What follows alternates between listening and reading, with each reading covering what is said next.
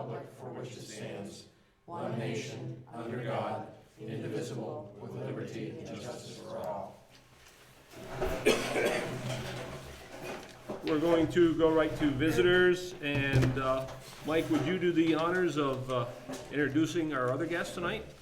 Absolutely. I'm Mike Reeder from the Boys and Girls Club, Greater Vergennes. I'd like to introduce to you tonight our Youth of the Year candidate for 2011. If I could give you a quick overview of the program before I do that, though. Each year, there's more than 4,000 clubs across the United States, and in addition, some clubs on military bases around the world. Each year, every club is given the opportunity to select their Youth of the Year, a teen who has stood out for their character, leadership, and service in their community. And we send them on to our state competitions, where each state selects from the clubs in their state their statewide Youth of the Year. 5 regions in the country bring these Youth of the Year together, where 5 regional winners are selected. They go on to Washington, D.C. in the fall, where a single Youth of the Year to represent Boys and Girls Clubs of America is selected for the year. This has always been my personally favorite program because it gives us a chance to recognize the contributions of our teens in our club. Personally, it also gives me an opportunity to get to know these youth better on a one-to-one basis as we prepare for the program.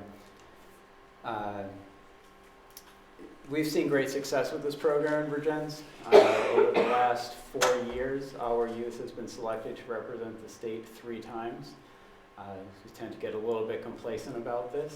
It feels matter of fact, but it's a great honor for a young person to be selected, even locally, much less for the state. The success, I do believe, comes from 2 things. One being the dedication of our staff. Every one of our Youth of the Year candidates attribute their success in the program and their interest in the club and staff members, and we certainly appreciate that. The other thing is the community itself. The state Youth of the Year are chosen not just because of their work with Boys and Girls Clubs, but because of their success in school, their support of their families, their contributions to their communities. And if Vergennes and Vergennes High School wasn't such a welcoming, comforting place for kids in this community, they didn't encourage the community service the way they do and welcome their input the way that we do, I don't believe that the club would be as successful with this program as we are. In the past, this year, the Youth of the Year have always been very impressive to us. Caitlin is no different. In her few years with the club, she's gone from a very guarded, shy person to a very gregarious and outgoing young woman. She has a lot to offer everybody that she comes in contact with. And she's had as much an effect on us as staff members as we have on her as a club member. It's been my pleasure to get to know Caitlin over the last few years and over the last few months working on this program. And it gives me great honor to introduce our 2011 Youth of the Year, Caitlin LaRue.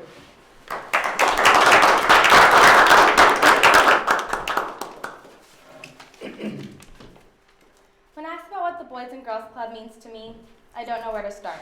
So I guess I'll start from the beginning. I first came to the club in 2008 after my very first day of the 8th grade. It was my first day, right after the 8th grade, I walked to the club, and it was the only place I knew how to get to. It's been a home for me since day 1. In fact, a home to me even before I moved to my house in Vergennes. My parents are going through a divorce, and the house that we were purchasing wasn't finished being built yet, so my mom drove me 40 minutes from Whiting, Vermont, all the way up to Vergennes for me to attend school, attend the club, and then she'd pick me up, and we'd make the trip back down 40 minutes to Whiting, Vermont. My mom particularly wanted me to get involved with the club because I'm an adopted child. I came from a rather terrified younger childhood. Both my parents abused alcohol, drugs, and were often in trouble with the law. It was scary for me to be at home alone, and it was something that my mom knew and that she took into consideration when planning for us to move to Vergennes. And the club was really the selling point, I believe, for her, for me to have a safe after-school environment for me to go to. When I first walked into the club, I was first a little bit nervous. I had the stereotypes that I think a lot of other people do. The club is a place where a rougher crowd hangs out. Maybe not the most pleasant place. I walked in there and I have received nothing but kindness, respect, and love from the staff members. I remember I walked in there the first day and Billy and Kathy, 2 staff members, immediately started talking to me and made me feel so welcome, as well as last year's Youth of the Year, Kelsey Howard, who talked to me, and we got along great. And but I really only communicated with adults. I knew how to communicate with adults better. I kind of felt that from my terrified childhood, that if I was communicating with kids, it made me feel like a kid, and me feeling like a kid made me feel helpless. So I communicated with adults a lot more. Billy and Kathy noticed this, and they immediately took action to get me involved with other students and other members within the club. And I got involved in the Keystone program and learned about assets and VCAT, which are 2 prevention programs at the high school. And I thought the prevention programs were right up my alley. I had seen where my biological parents came from. I wanted to make a difference in my community and lead a better life, make better choices.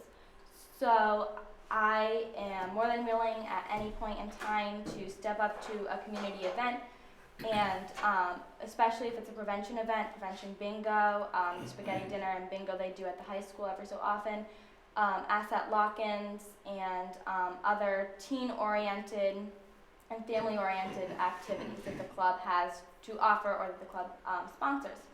And the Boys and Girls Club was also my first job opportunity. In the summer of 2009, I started working there with the youth lunch program over at the youth center, and then during the school year I did office work, and then this past summer 2010 I also worked at the lunch program, and unfortunately the grant ended. In September of 2010, my sister was diagnosed, my younger sister, Rosalia, who is 9 years old, was diagnosed with dysgerminoma, a very rare but curable cancer. And the club has been with us throughout the entire process of the treatments. She had an 11-pound tumor, which is 15% of her body weight, removed from her abdomen, and went through 3 rounds of chemo. From September 2010 to up through December. And the Boys and Girls Club always asked how she was. Kathy, one of the staff members, came up and to the hospital one day. She was in the area and stopped by, and they donated Christmas gifts to our family, and they even organized a fundraiser at the high school.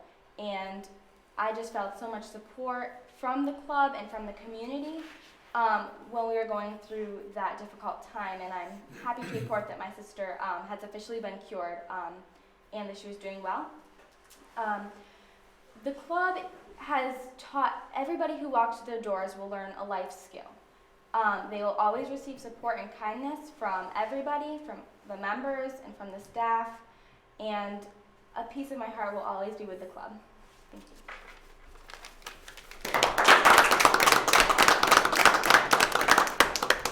We want to congratulate you on your award, and we want to congratulate you on your achievements, where you got today, and keep up the good work.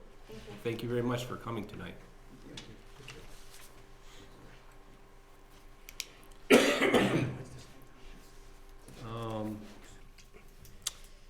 We have put around the warrants, they're all taken care of.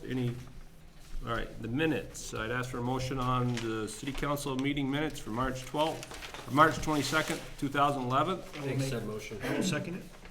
Randy, and then Lowell with the second. Omissions, corrections, or errors? There was one that I called Joan and she's dealt with it, so it's a minor one. All those in favor? Aye. Opposed? So carried.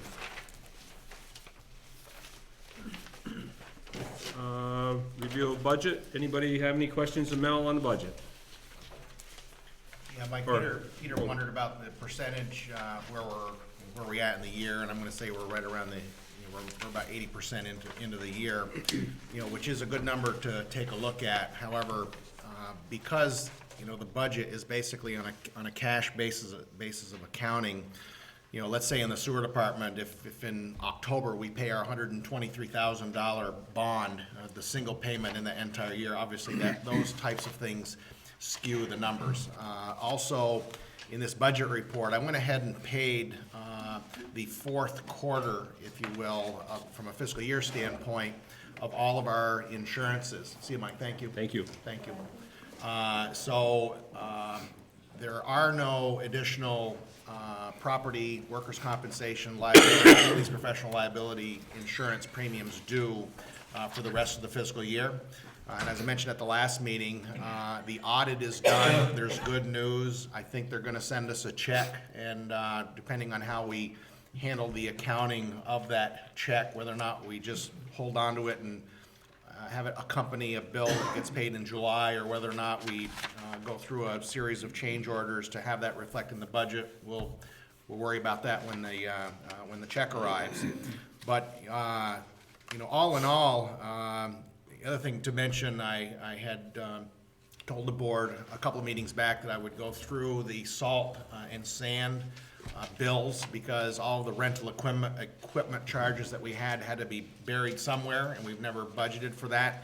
And so you'll notice in the Public Works Department where I've created this line item with a zero budget, and we've pulled out all of the equipment rental that we had during this winter. And surprisingly, the salt and sand budget, I hate to use the word only and $13,000 in the same sentence, but I will. The salt and sand expenses ended up being only $13,000 more than what we had originally budgeted. So at least on the materials side, I think we did a pretty good job. Obviously on the equipment rental, that's something that we did not budget. I think at one point I told Andy that 40,000 was going to turn into 80,000, and that's not the case. It's the sum of those two line items, but it does approach 70, so it's not as bad as I once predicted, but it obviously is more than what we had originally budgeted. One of the things that we did from a budget standpoint, Joan and I continue to kind of hone in on the way that we handle our interest earnings, and we're going to claim that we actually have this thing figured out now. And I think it's what has happened over the years is that our auditors have tried to interpret Joan's investments. And let me just tell you that Joan and I, it is a team approach to making the investments. But some of our investments is where we buy treasuries, and treasuries actually fluctuate with the market. And what our auditors have been doing is they've been valuing those holdings based on fair market value, and we don't sell them. We hold on to them, and we receive the interest. And if at some point some of them are callable, and when they're called, Joan gets mad sometimes when they call that CD. It's like, we had that 5.6% CD and they called it, all right? Called it 5 years early, which on the one hand, Joan gets mad about losing that 5.6, but actually the reason why it got called is they actually paid a premium. And so you actually get a little upfront chunk of interest that you didn't expect in the beginning. So the point is, we now have really figured out, how we are supposed to book that interest. And you can see on the first page, interest earnings. Now that we have the general fund receiving all of that interest, and we expected that we're going to have $10,000 in interest, and we've already earned about $12,500, and we've just become, I don't want to say aggressive, I'll use the word more diligent about not leaving idle funds kicking around in a checking account earning little, all right? We've been able to understand our system, and so that's being reflected in here. All of the transfers have been done, i.e., fire department shares, those have all been billed to the other towns. Recycling shares have been billed to the other towns, and so when we produce those bills, they're reflected in the budget. Any of the transfers, the administration and public works support from the sewer to admin, putting money into the biosolids fund, putting money into the sewer line replacement fund and the sewer capital fund, all of those things have been done. So even though we're supposed to be at the 80%, there's a lot of line items that you won't see any more expenses attached to them from now until the end of the year. So, I'm feeling okay about this, about what looked like a bad year at some point. The revenue sheet is good, and as I mentioned before, police and public works are clearly on a watch, but I think overall we're in good shape. Not that I expect some big surplus out of this, but I was looking at numbers going in the red here at some point, and I just don't see that. I don't see that happening overall. Very good. Any questions on the budget part? Sig? The Vermont Department of Fish and Wildlife, $380. What happens, Zig, is we sell fishing licenses here. Oh, okay. And All right. we have to pay the state, Understood. unfortunately, for those licenses. Oh, We you only do? get a chance to keep the clerk fee or the fee that's assessed. So Okay. we pay that on a monthly basis. Marriage licenses, there's some things that run through our books. There was actually a time, Zig, where Joan used to have a clerk account, and so the city council really never saw those kind of pass-through dollars. This is going back a number of years, and now, I don't want to say that we only have one checking account, because we do have one other for grants or whatever there is, but basically, we run the whole city out of one checking account. One now? One, payroll is done out of the same account, general fund, like I say, there was a time where the fire department had a checking account, the sewer department had a checking account, the general fund had a checking account, and everything is all done in basically one checking account, other than, like I say, the community development block grants, we are required to have a separate non-interest bearing checking account. So money related to the senior housing project or the John Graham Shelter project, that gets funneled through a different non-interest bearing account. Okay. Okay. Any other questions on the budget part? Jump back to the warrants. Any questions on any of the warrants? Randy? It's, what is it? Alert All Corp.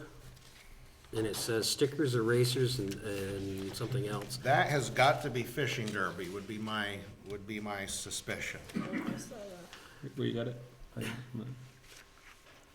It's $264, and I'm Yeah. gonna say, That would- erasers. Yeah. It might be fire department, fire prevention stuff. Oh, it could be, yeah. Yeah. Yeah. That just leapt off the page at me. Oh, it, It is balloons, but trust me, that does stand for balloons there, so. yeah, Okay. so. One comment on the fire stuff, but that usually happens in October. So they usually don't buy that now. They usually buy it later in the year, unless they're trying to spend some of their money. I saw that their fire department budget was looking pretty good. Is the programs that they've had in place over the years, we've seen actually a decrease in fires because, and better responses when we get there as to being organized. People getting in, getting out, doing the right things, by some of the education that is given to the kids in the elementary school, and that's where they start them at. So there is some real benefits to doing Oh, some I of have no those things. question about it. I No, was just no, wondering what it I was. just want to make a comment on it, so. And one more. Yes, ma'am? Desiree cleaning, is that an average of month what it costs? Is about $282.60? Is that every month? That sounds about right, Zig. Then that's only the police department. It's all police department uniforms that are run through that dry cleaning service. Every month, so that's about an average Yeah. of every month, all Yeah. right. Okay. No other questions on any of those items? Then we're going to move on to committee reports. Lowell, anything? They're meeting weekly. Fishing derby? Yep, I haven't got an update yet. I see in the Front Porch Forum that they're having a, I think it's April 27th, not sure of the date, a bingo at the American Legion. So anybody that likes bingo, please go support it. It's for a good cause, real good cause. So, any comments from BF Goodrich on the email I sent you? Not yet. Okay. Can you find out if they need any more information so that I can help that happen, or if it's too late? Hopefully it's not. It's about this time last year. Randy, what's happening with the partnership and empty storefronts? I know that they were talking about doing something. Maybe Mel would end up having to answer that. I don't know. You? I went to the last meeting. There was quite a bit of discussion about the War of 1812 celebrations that they would like the city to be, they saw according to our minutes from last month with Catherine Brooks. Mhm. They want to seem to partner up for that. Whether we head it up or they head it up, Okay. or the partnership heads it up. But they definitely are interested in getting something going. They're working with the Champlain Valley, it's New York, and Basin program. Basin it's off in the Basin program. Yep. Okay. Well, Might I be don't know if we want to wait for them to approach us or if we should go ahead and approach them. So I don't. Yeah, we You should, I've been asked to make the approach, so. Okay. Are they? We need, I need information so I can take The it other back. thing, because we'll be working budgets here pretty quick, if we're gonna do some funding for the War of 1812, we gotta have an idea of what we wanna do and how much money we're gonna be able to come up with. I know that at one time, was it four grand that Art wanted. Art wanted? Oh, okay, yeah. And that was to do some sort of a poster board type setup and have it so that it could go around to the schools and also go on display at different events that we have throughout the city, throughout the year. There was mention, excuse me, Yeah, Mayor. go There for wa- it. there was mention of a event starting in the summer of 1812, carrying through to 1814, which is actually the end of January of the war. So there's stuff that's been scheduled, and we would like to see something happen at the Basin on Okay. that, with that aspect. They are, to talk about one event, they are, Tim is asking not to have the Basin Bash this year because of just, it doesn't get good attendance, and we want to see if we can revamp it a little bit, give it a year to think about what we could do different to make it more interested and draw a larger crowd. So him and I are trying to work that, or we've talked about it. We don't want to give it up totally.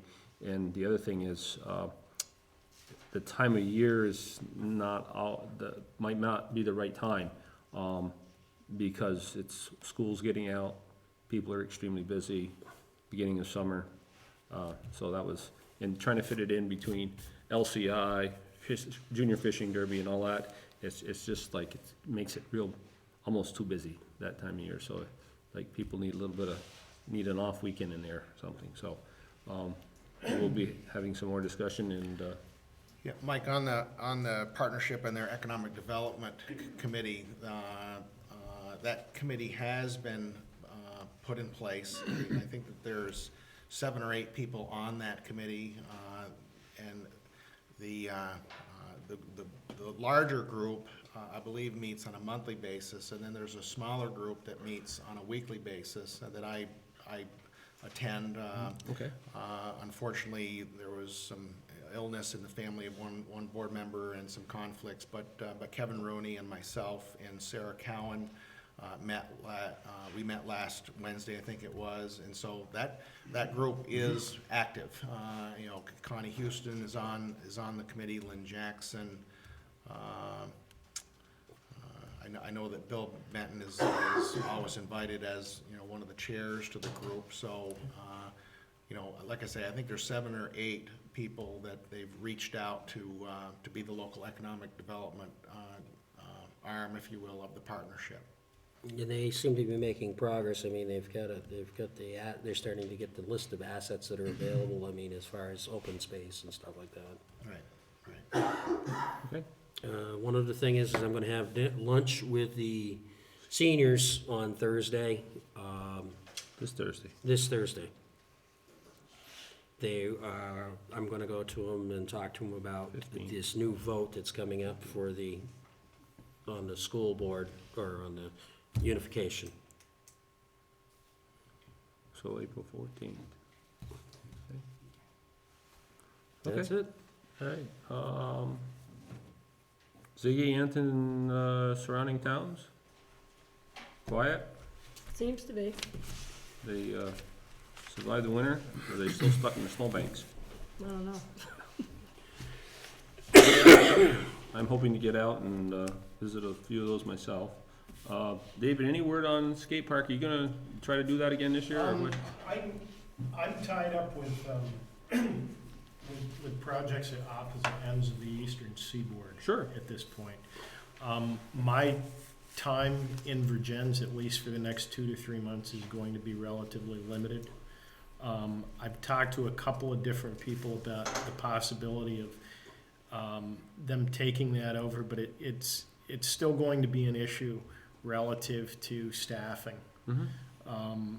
You know, Mel and I've talked about this at length, in that hiring somebody to staff that facility, you know, for 6 or 8 kids to use it on a daily basis, the economics just don't work. You think that would grow if they knew that somebody was gonna be there? It's difficult to say. I mean, I think that this is my take on it. My take on it is that the younger kids appreciate the facility, and some of the older kids appreciate the facility. I think that the major draw with that facility to a certain demographic had to do with the fact that it was an unsupervised space to hang out. I've been over there, you know, the past couple of years and had the facility unlocked, and you know, there's a dozen kids skateboarding in the parking lot of the elementary school, where there's no supervision. And just, you know, I don't blame them. I mean, you know, we're all 15 years old. You didn't want an adult hanging around either. And so I think that regardless, the staffing is going to be an issue. Relative to getting somebody to commit, I mean, I went through a number of different people. People would show up, they'd unlock it, they'd leave it unattended. They only needed to do that once for me to not bother using them as a volunteer anymore. It's just too much liability. So at some point, I mean, I'm here for the next week, and I plan on trying to get together with Mel and talk about that. Yeah, maybe, we have Mike, in some- light of the fact that now we have a new recreation committee, you know, just so that, you know, obviously David and I worked together in the past, you know, there was no recreation committee, and now that there is, you know, to me, I think that, you know, I don't wanna say responsibility or whatever, but I just think that direction, if you will, you know, should come through the recreation committee, now that we have, you know, some structure at this point. I know Joe left the room, so he didn't hear that, but I think it's It's I an think it's opportune where it time. belongs. I mean, Yeah, and like I say, I mean, I'm having to spend a significant amount of time out of the area Yeah. at this point, you know, just working on a couple of different projects. And that'll continue at least for the next 2 to 3 months. then by all means, Yeah, I let's, think it should go to their plate, yeah. we'll pass that to their plate then. Yeah, with or without Joe's permission. Yep, Yeah. okay, That's what happens when you leave the room. sure. You gotta make money while the hay shines. Melissa? Mike, I just have a question. I didn't understand what you said, Randy, about you're going to meet with the seniors about Yes. unification. Yes. Is that as an official representative of the board, or as a personal, as a I'm private? I attend seniors lunches Right. every once in a while, just to give them an update of what's going on. I'm not going there to bash the vote, I'm going there to inform them that they should go and take a vote. I guess my question, because I haven't been here, this, obviously the second meeting, I don't have any idea what the discussions have been about that. I'm presuming that the city council has not taken a specific position as the council on unification, or have they? That, I understand what you're saying, and let me Yeah. clarify it, that we have not taken a position. Okay, And, that's, and we have not taken an official position for or against it. Yeah. As individuals, and if they wanna talk about that as an individual, I will ask them to remove themselves from the table and have their discussion. So, Okay. by all Okay, yeah, means- I was just My clarifying. purpose of going Yeah. there is to inform them that there is a vote on May 17th, Yeah, that they should be they should get familiarized with both sides of the coin, so that we get the numbers out. You should also inform them that there is a informational meeting on May 10th. Yep. And we are going to publicize via VCAM that meeting, right. okay? Yeah, but my question really No. was a little bit broader, just in terms of, And- as an, And you could, and the way I'm interpreting it, and please don't take this wrong, it could lead to a conflict of interest if he states things incorrectly. yeah, I was simply That's trying to that frame for clarification. myself. No, As an individual member of the board, I can't do anything under the board's, correct, without the board's approval. I can go as an That's right. individual to anything I want. Right. Correct, but I can't represent myself as a member of the board. no, Okay. Okay, thanks. yep. Joe, Yeah, the Recreation Committee had a meeting on April 1st. We kind of outlined goals for the year. we added one while you were gone. I told Yeah, I heard that. I'll teach you. We're going to get together on the 23rd to do a little road trip around town, visit all the city-owned parks, get an idea of what the facilities that the city owns, in preparation for, recommendations for Mel for the budget for the year. So we're meeting at, if anyone would like to What time? join us, 8 a.m., we're meeting at the Vergennes Laundry on the 23rd. Like, Yes, you I'm remember that even far? No, the laundry here at, on Main Street. The Oh, bakery The laundry. bakery. Oh, the bakery, okay, all right. Yeah, one of the things I've done for Joe and the committee is to share with them information about the watershed fund and how much money it has and has built up, and the policy that the city council adopted surrounding that fund. Also, we think we've got everything on the list, on the assumption that pedestrian paths and rail trails and things like that are part of recreation facilities. We've put that on the list as well, so. I really feel that, and I don't know what the council's feeling, I don't know, I'll ask for a show of hands, but I personally feel that needs to be part of it. The rail trail and any other walking paths, that to me is a form of, when you get my age, that's a form of recreation. Right. Getting out of a chair sometimes is a form of recreation, but, Yeah. no. Tara Brooks also prepared a list of community organizations that provide recreational opportunities. So that was discussed. We've also had a lot of support from the business community. We've had a representative, at this meeting, we had a representative of the partnership there, their design committee, who wants to work in, coordination with this committee, and so that we don't repeat things, and but also to work kind of in combination. So the business community is really supportive of it. Does anybody prepare notes for those meetings? Yeah, we have, yours truly. If you think of it, I was wondering if it would be good to send a set of your notes just off to Alex. Sure, yeah. McGuire, just so that she gets an idea that what's going on. If she may throw something back, just from the Should we planning. get a copy of the minutes too? Yeah, huh? City council? They're just email minutes is what they are, they're Yeah. fine, they're, Yeah. what Yeah. Joe's puts together is fine. Yeah. Send them out and I'll, either that, you can pass them to everybody that wants. So, What time of day was that? You said? 8 a.m., What day? 23rd, Saturday the 23rd. Peter, just so that you know, if there's more than 4 that council members in a group, you cannot discuss any city business? Yep, Any- I've done that.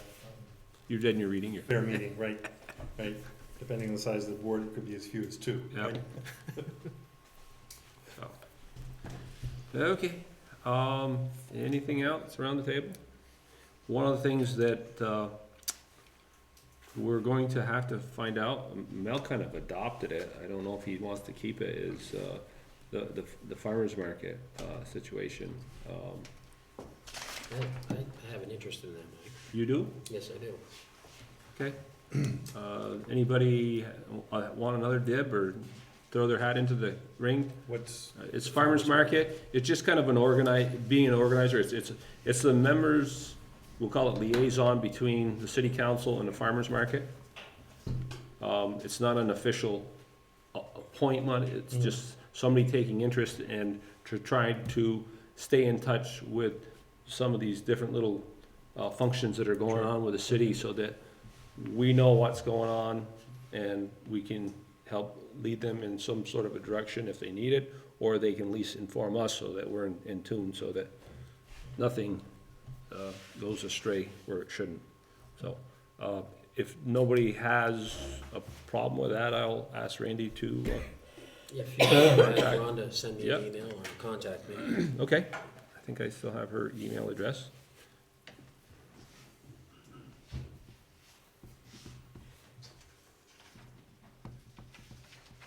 All right, one thing that I want to try to do this year, and this is like almost a goal, but yet it's also something that I need some help with I want to try to form a new committee, which doesn't affect anybody here, unless you want to be on it. I want to start a garden club and get the city to cough up a few funds, very little, to see what we can do to spruce up our park and our any other entrances that we have, our flower beds that are around the city. And it kind of fits into the parks situation, Joe, that if there's something that we need to do at a park to spruce it up a little bit, add something. I was gonna add that to my goals, to try to squeeze some money out to spruce up the green, get a gardening group together or a professional gardener in to, Yeah, I have To got, work on I've green. talked it up with a neighbor and she is all for being part of that. And by it being on camera, hopefully I'll get some contacts, some names, and we'll share those. I've already, unfortunately, I didn't get to talk to Jimmy, Laro, which Mel will make an announcement a little bit later about something. But I've talked to Jim, and just because I don't want to offend anybody by stepping into their area of responsibilities, we're just trying to help them and make their job easier, and make, things a little more spruced up. So, okay.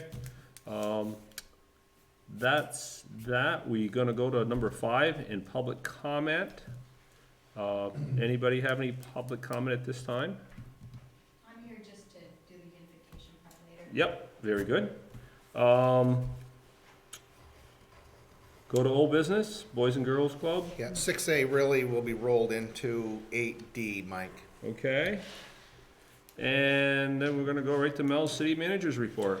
Yeah, I'm gonna burn through a few things. Summer is coming, so that means that the swimming pool is gonna open. I've met with Kim Palmer relative to swim team and how that all is gonna happen again, if you will. Letters went out in the mail today to all of the lifeguards and instructors that worked at the pool last year, offering them an opportunity to return to the pool. And then Linda, Holly, and I will figure out how many holes we have to fill in employees. But all of the so-called senior staff are returning.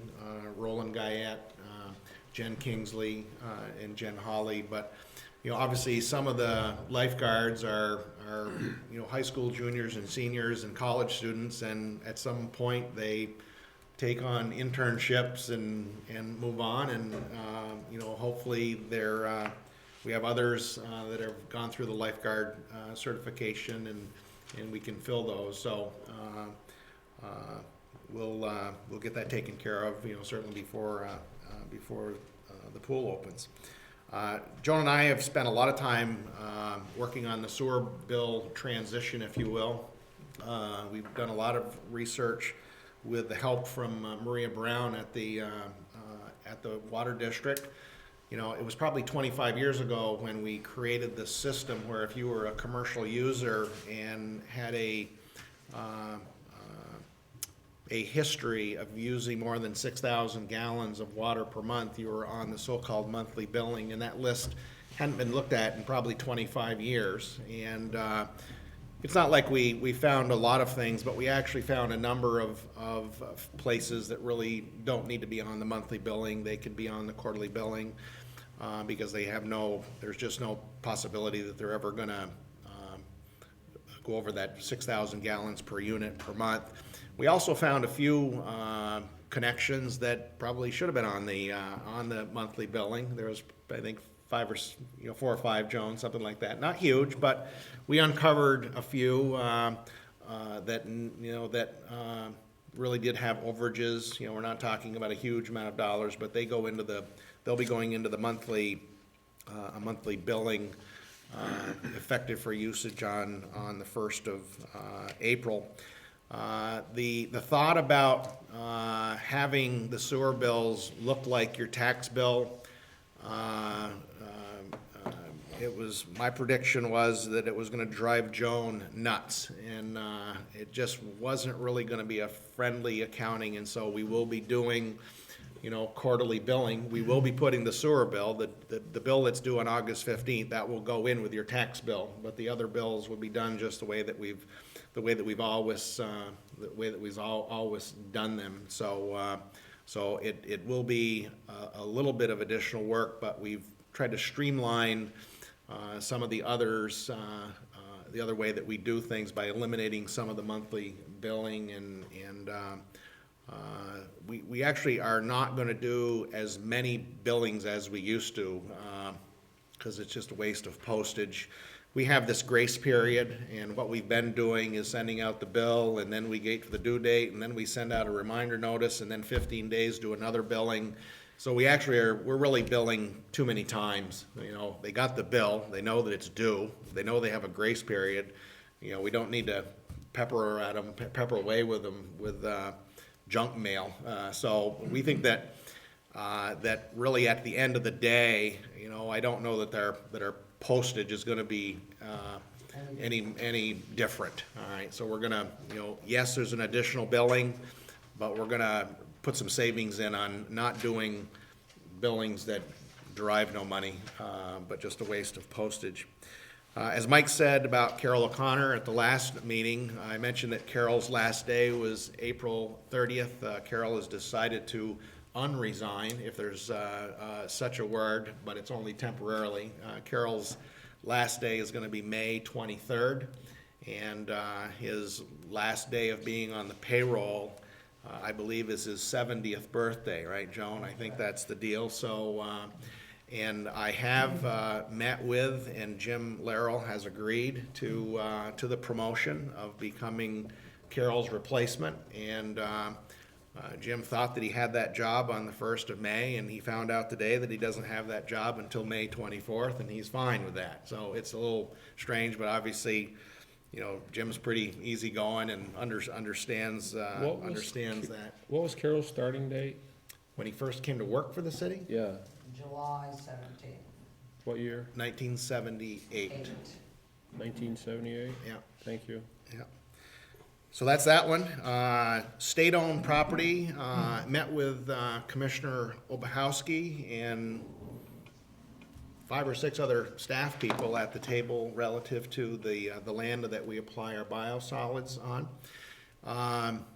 The lease that they have, they lease 200 acres to Ray Brands, and that lease, I don't have a copy of it, but I've requested it. I believe that lease does not expire until 2015. We thought that it had like only a year or two left, but it's until 2015. The landowner agreement that we have with the state of Vermont, that actually runs out in I believe that it runs out in May of 2012. That was a 5-year landowner agreement that we had with the state, of which Ray Brands signed off on. And the reason why that 5-year lease was put into a place is that it absolutely corresponds with our 5-year permit that we have for land application. And so I told the commissioner that there was a couple of reasons why I want to meet with the state. Was one, because it costs, $5,000 to $10,000 to go through in engineering costs to get a renewed permit there. I wanted to make sure that the state would commit to an additional 5-year period at a minimum, so that we know that we have the right to use that land for that purpose over the next 5 years. Relative to the city's acquisition of the property, he said that that's something that they would discuss internally. So he plays poker. He didn't show any card by in that remark. But anyway, we've had that meeting, and I think we've always looked at, let's try to make sure that we have ourselves taken care of, certainly in the short term. But I really would prefer to have the city have ownership of that, either 35 acres or 80 acres in the long term. So in essence, I've planted that seed. Relative to sewer easements, why Cheryl is here, I know this has something to do with AC, but I wanted to, because there was a time where Mike and I were maybe going to go to a meeting back in February, and if you wondered whatever happened to that, well, in some communications with Cheryl, fully suspected that the board wanted to have some field work, but also with the unification vote, which has put another, I don't want to say wrinkle, but a spin. So Cheryl and I have just felt, why don't we just wait until after the vote and find out, what happens? Because on the one hand, if the vote passes, I'm only dealing with one board, or we're only dealing with one board. If it doesn't pass, then we're dealing with two. So, it isn't like we're gonna tap into the sewer tomorrow, so we've decided to just wait until end of May or June, so. Are there some maps that show sewer lines Yeah. that you're working with? Yeah, I brought them all down to Tom, and, Okay. yeah, they're on my Right, desk. yeah. Okay. Next item, Cheryl knows about this as well, she's a member of the Addison County Solid Waste District, Solid Waste Management District, and I've been working with Teresa. I never can pronounce her last name, so I don't even. Just Terry. Yeah, it's just, there's a bunch of letters there. Begins with a K. Anyway, I'm working with her to get our stump dump permitted here ASAP. And I did meet with a couple of state officials a month or two ago. It was awful, terrible weather. I don't know what they could see down there. But anyway, we're working with Teresa. They're going to assist us in hopefully getting that area permitted. And the way that it has to be structured is that we can't be using it the way that we're using it. I mean, it really needs to be like dropped off and then chipped, and then some alternative use. And like I say, I'm working with Teresa to find out where that material can go. So I really want to try to get this thing permitted ASAP. People, it will continue to be an events type of a stump dump. It'll be open, a couple of weekends in the spring and a couple of weekends in fall, but I've got to get it permitted. Senior housing project, if you're wondering where that one's at, I actually signed the agreement today relative to the sidewalk on Armory Lane. And there still is a little bit of a HUD holdup for some reason. I hope that the budget, the congressional budget crunches aren't getting in the way of this project, since we're this far down the road. But I know, because I think at one point they were looking at an April groundbreaking, but they still haven't got absolute HUD commitment here for that project, which deals with the rents. The other item I wanted to mention about, I talked about this briefly at the last meeting about our recycling expense. And what I would like to do for the next meeting is prepare something for the board so that I can make a commitment to the other 4 towns that we serve. We do have some good news, and I want to bring that good news to them early. And so at this point, because of the reduced tipping fee at the Chittenden County Materials Recovery Facility, we can reduce our contracts with the 4 other towns effective the 1st of July, and I want to get word to them as early as we can. So what I'd like to do, Mike, and I know typically the board waits until the budget is done, all right, but I actually have all of the information in front of me, and so. And we're locked in to those numbers? Well, it's locked in, except at the Chittenden County MRF, they can change their rates anytime they want, but typically they change them once a year. Yeah. Because they have contracts with other materials places, and so there was a rate reduction, as I mentioned at the last meeting, where we saw a $298 reduction in our bill to Casella.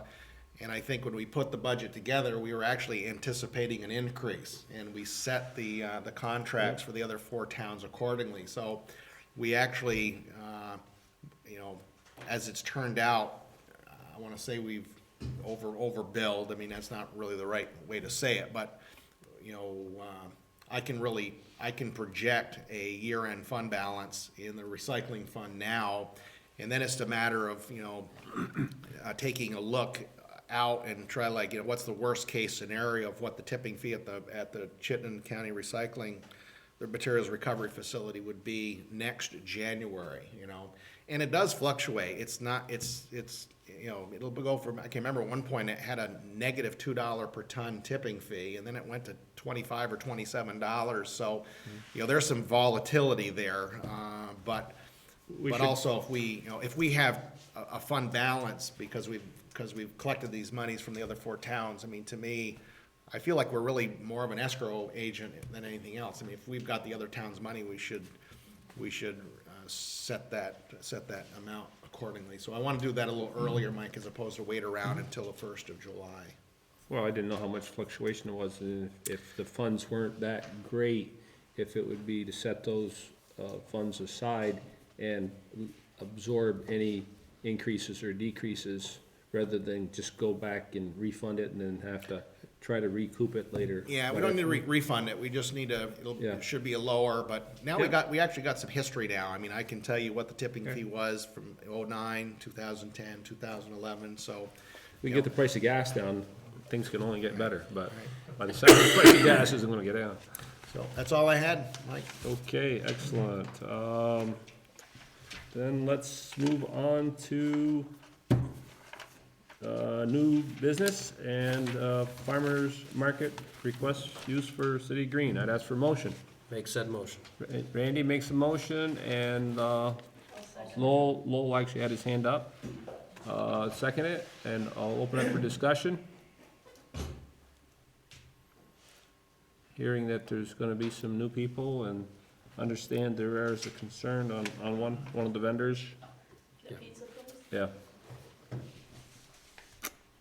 It's hard to- One of the things, Mike, I think it's great that farmer's market brings some life to, to the park with what's going on. But I try to give Bill Benton a call, and he's out. He returns, I think, tomorrow. I think, Randy, one of the things that would be good to hear, from merchants, just to make sure that the farmer's market isn't that they're complementing existing businesses in the central business district as opposed to hurting. And I don't know how to handle that, but I just think it's important that the discussion be held. Yep, I agree. Basically, if somebody's selling creamies over here out of a building that they're paying lots of taxes, and somebody's, got an ice cream thing in the park, I mean, those are the kinds of things that I think that they should at least talk to one another about that. And just not assume I'm that kind of it's just anything and everything, because kind of wondering the overall impact, though. I mean, when is the city market? When is the market happening? Happening one day a week? What is it really that gross of an impact, or will it make the local business try to be more creative in their sales?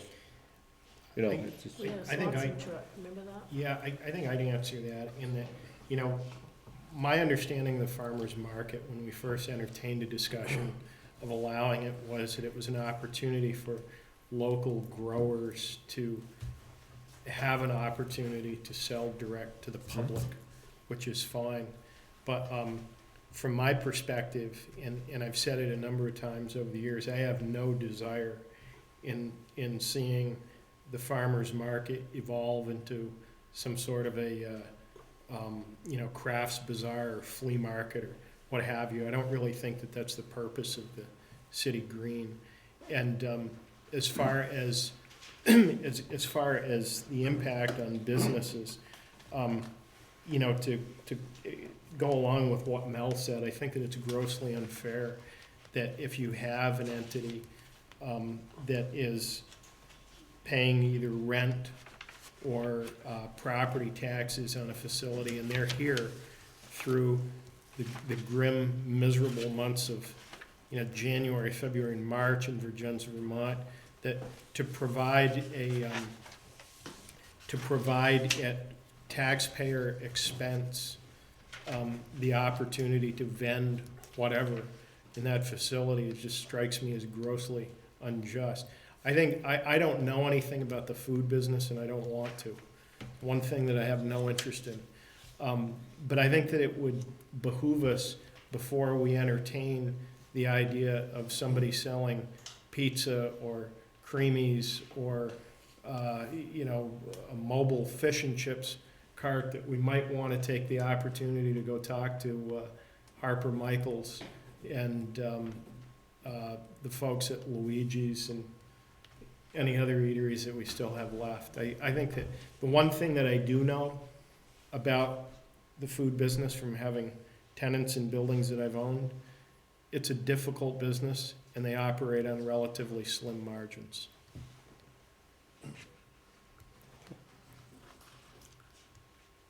okay. We've talked for a number of years about writing policies on usage, and I've probably at least 4 years now, and it seems that nothing seems to evolve, just like we're still supposed to be writing something about dockage. At some point, we need to have those communities pull together and try to complete the verbiage if we're going to try to be selective on how we operate our entities like the park. So we should, you know, it's hard for someone to deliver a message without having some guidelines to own up to. So that's my comment. So, not that I don't disagree with you. I Peter. would weigh in with your sentiment, Mike, that the idea of having policies would seem to be absolutely paramount, because otherwise you run into a situation like this, but you may allow the sale of hamburgers because it doesn't seem like quite as big a conflict, or, you know, that sort of thing. We did there a couple times. We had hot dog lady and then hamburger stand and fish. The guy, we had a couple different fish vendors. Actually, one local guy that got it, and then they tried to pull in Ray's Seafood out of, what is it, Essex? I think. And So he did pretty well with it being there. I don't know. I never did. But we granted the license to somebody else and they didn't use it, and that, you know, Yeah. that was a little strange. So, yep, But they didn't want to give it up. It was a weird one. yeah. So, One time we had the Swanson truck that wanted to come in. and that was the Swan guy was he was a different situation. He wanted to actually make a benefit to some organization. It's a gimmick to get a foot in, get the wares out. You know, it's being competitive. It's people trying to do business. That's all it is. I mean, they go around house to house as it is. It's just finding new people. That's all they're trying to do. So, it's our people, whether you be in a storefront or not, using gimmicks. So it's 20% off this week. If you come in today and today only, you know. So it's all about a gimmick and trying to, yes, make a living. And none of it's easy. Okay, Need a vote. we're going to, any other further discussion on this? If not, all those in favor of allowing the farmer's market to use the city green, say aye. Aye. Opposed? So carried. Alright, Mel, Maynard Building Revolving Loan Fund. Yeah, I ran into this, you know, I spoke to someone recently that wanted to learn more about the revolving loan fund and its purposes and the process, and I'm gonna admit that I had never read this policy. It's something that was adopted by the board back in maybe 3 years ago or something like that, so. And actually, I did receive one application about 2 years ago, and they ended up withdrawing the application because they found financial resources somewhere else, and so I will admit that I never read the thing from front to back. But anyway, the point is I did read it from front to back and uncovered the fact that the way that this policy is written is that the members of what I call the loan committee, they call them, it's called the Vergennes Community Development Review Committee, but basically it's a loan committee. The people that got appointed to that by the city council were first appointed in February of 2008, and everybody has a 2-year term. And so really what I should have been doing was, in essence, to me, these appointments should be at the first meeting of the after town meeting day, you know, when we have that long list of appointments, this should be added to the list. But of course, this one, because it's a 2-year term, now maybe it should be structured where half of them expire 1 year and half the next or something. But anyway, the point is everybody's term expired. So one of the things that I would like to do, if I can have the liberty to do, is I'd like to take the responsibility to come back to the city council with a list of people to sit on this committee, charged with number one being the loan committee, but I also feel that this committee should take a look at this policy, make sure that it's good, and that committee would review the policy, and if they felt that there are some changes that were needed, to come back to the city council for those changes. Another reason why it's very important that we do something here with this loan committee is one of the things that came up when I was working with the John Graham Shelter's grant application. One of the questions was, how much money do you have in the loan fund, and when was the last time did you make a loan? And fortunately, we actually had made a loan within 3 years of the date of the application by the John Graham Shelter to the Community Development Program.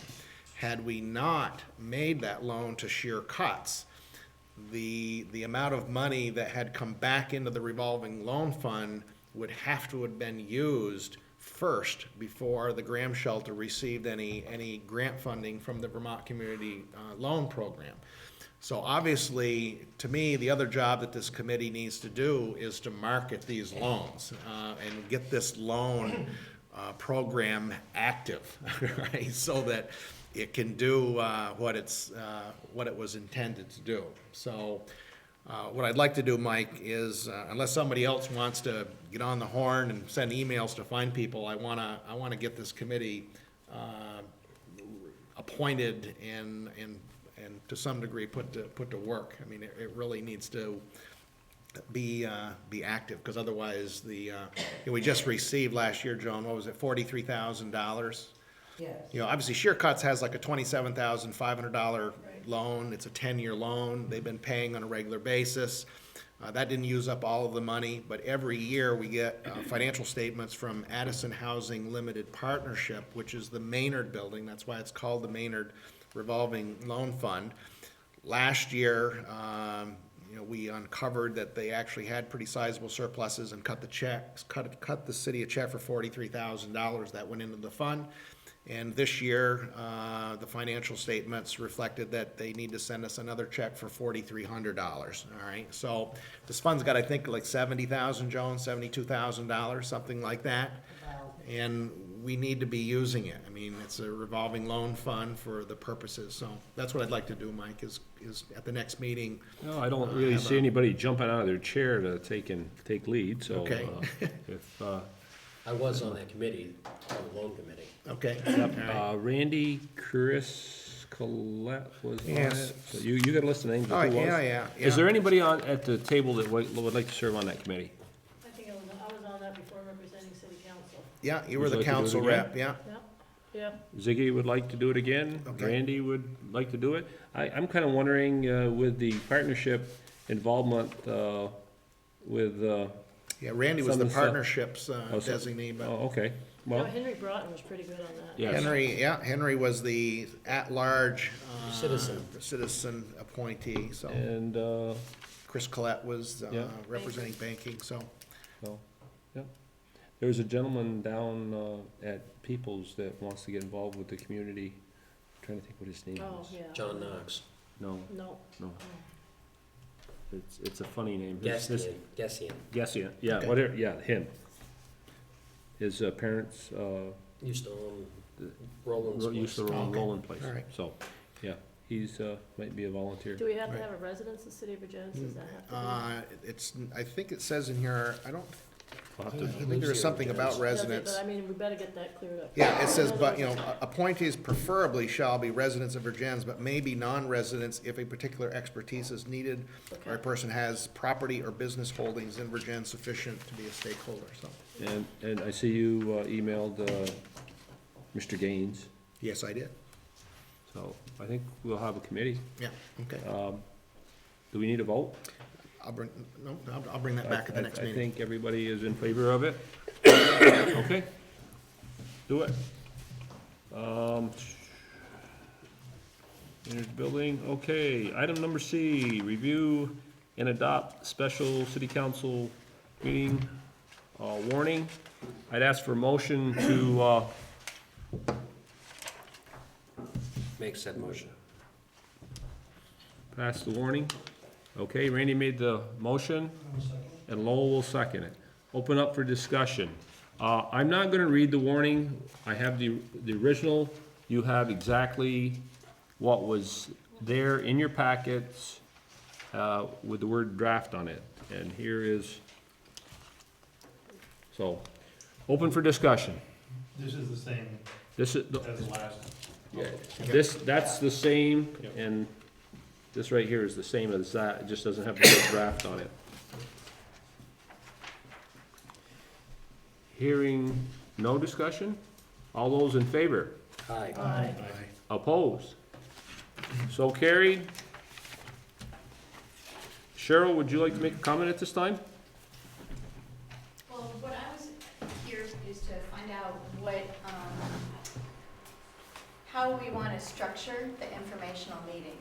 So, one of the reasons why I came is the Unification Committee has had lots of experience at holding informational meetings and forums, and we can come to this informational meeting with as much or as little materials as you'd like to have presented. Okay. We have a full-blown PowerPoint presentation. We've also had other meetings that have less structure to them and have maybe use the PowerPoint handouts, but then have more questions and answers or something a little more specific to what that group wants to hear, what aspect of unification they're interested in. So one of the reasons to come here is to see how you'd like to structure that meeting and take that back to the Unification Committee, see what you think. Mel and I have actually started to have some discussion so that we can try to figure out how we're gonna control the meeting. It's May 10th. It is May 10th. I am going to be monitoring, I'm gonna be the moderator for the meeting. And we're trying to see if we can limit it to comments from the citizens. We'd prefer that this is for our citizens, not the people from Panton, Ferrisburg, Waltham, or Addison, okay? We want it for here. We've gotta get some clarification on that. Right now, as we understand it, anybody has the right to come and make a comment. So we gotta figure out if people are gonna come to testify to certain situations. okay? Because that's what the board's doing, they're testifying to some, and then somebody may have some, so we're still, in discussion on what direction that we'll end up having. Randy? Time. Well, one of the things the board does need to do is take formal action to set the night and time of the public informational hearing. And we've been requested by Tom O'Brien, and I'm sure it actually comes from Cheryl and her committee. And they're requesting that the city council hold its public informational hearing on May 10th. I'm gonna say at 7 o'clock, and I'm assuming either here or at the Opera House. If you're gonna do a PowerPoint, and you're gonna need the big screen, it's much better to do it at the Opera House. Down here, it's better lighting in a sense, but you don't have unless you bring the camera and set it up. Well, and it depends on, what you think would be the most helpful to citizens. We were finding that, that most of the people that were coming to the informational meetings had already had an idea of what unification was and the consolidation of the district. So to go through a lengthy PowerPoint wasn't necessary. So we were kind of tailoring things depending on who the audience was. You may have 3 or 4 people that show up to this meeting, and so a full-blown PowerPoint really wasn't necessary. So I didn't know if you had. Realize that this is also gonna go over the TV. This will be as part of a Well, that's, TV yeah, I wasn't presentation. So- sure if that's. So that's going to be another facet of people that have not seen anything. So yeah, I see what you're I- saying. It's going to reach more people than the people that show Right. up. So Yeah. is your audience who shows up at the meeting, or is your audience who is gonna be watching TV? And I actually I think that the residents are gonna hear what the financial impacts are, either increases or decreases in their taxes. They need to know all the surrounding communities, and I'm finding that people from Waltham watch us on their times. Sure. I'm sorry, just what? I didn't hear you. I'm finding other people from, residents from other communities actually watch our meeting. So this would be a good way to get out, so that they know what their impacts are gonna be also too, in the surrounding towns. I do get comments from a gentleman from Ferrisburg quite often about, he watched the meeting and makes comments about certain things. So then having a PowerPoint presentation, because it gives a nice overview, you think it might not be a bad way to go? Okay. Yeah. Okay. Again, It's a scale it's your presentation, and what the whole thing is. This is all about getting information out there. Right. And I'm hoping that, I'm trying to get people to, rather than debate what you're putting out there, Right. pose what they have to say in a form of a question Yep. to give the people that do the presentation a chance to respond, to add clarification, not to say, you're right, you're wrong, this is left, it should be right. It's not about that. It's not who can be the best, we're not having a debate team. We're trying to get information to people so that they can make good judgment on what they want to do and how it's going to Totally impact them. So, that's what it's all about. Yeah, so I haven't checked with the Opera House to see if it's available. So if you would like it to be in the Opera House, we will check on that availability, but obviously if it's not available, then we would have to meet down here, Mike. Okay? If that's what the council's pleasure is. Let's, Lowell, City Hall or here? I'll go around the table. Probably City Hall. Ziggy? City Hall. Randy? City Hall. David? City Hall. Peter? Joan? You never get to say anything. City Hall. Okay, So we'll try to, let's go for the hopefully Opera that's House. available, and if it is, Okay. then we'll hold it there. And what do you think for a time? Do you want to limit this to a certain period of time? We found that it was a good thing to limit the amount of time. Yes. Yeah, That's the other thing that's another thing that Mel's working on for me right now. We're trying to find out about limiting the amount of time. We don't want people just to ramble on. Right. This isn't Bernie Sanders in front of the, saying, reading a book, you know, we're not doing that. It's not about being up till midnight. It's about getting information out, getting questions and getting answers. 2 minutes? Huh? 2 minutes per person? Well, it depends on the subject, I mean, you Yeah. can't just shut them off in the middle of Well, again, I was thinking if of you're overall. trying to, and I'm thinking a person should be able to deliver a question in like 3 minutes, Yeah. and beyond that, it starts becoming a word debate. And this isn't about debate, it's about information. So hopefully we have to set some rules, and rules will be made that night and very clear. So. 7 o'clock is what we're thinking. Yes, Are you 7 thinking o'clock. an hour or an hour and a Um, half, or? I would like the presentation not to exceed, Oh, my presentation won't be that long. well, the meeting itself, I would say, let's give it an hour to an hour and a half. Yeah, Yeah. we've always kept ours to an hour and a half Yep. after that. Yep, We have to conduct business after that. Well, we're thinking possibly, Randy, of We're actually working. meeting before, having the city council meeting at, 6:30, trying to keep our city council agenda very short, so that as opposed to having a meeting after, we don't know what that hour's gonna be, so Yeah. that's just a thought that Mike and I have talked about. We might have a 6:30 meeting as opposed to an 8:30 meeting. deal with basic stuff, approval of previous meetings, warrants, have no visitors, don't schedule, so, Okay. yeah, keep it real streamlined. So, all right, we voted that in, we need a motion on that. Need a motion to set the Move. informational meeting for 7 o'clock, May 10th.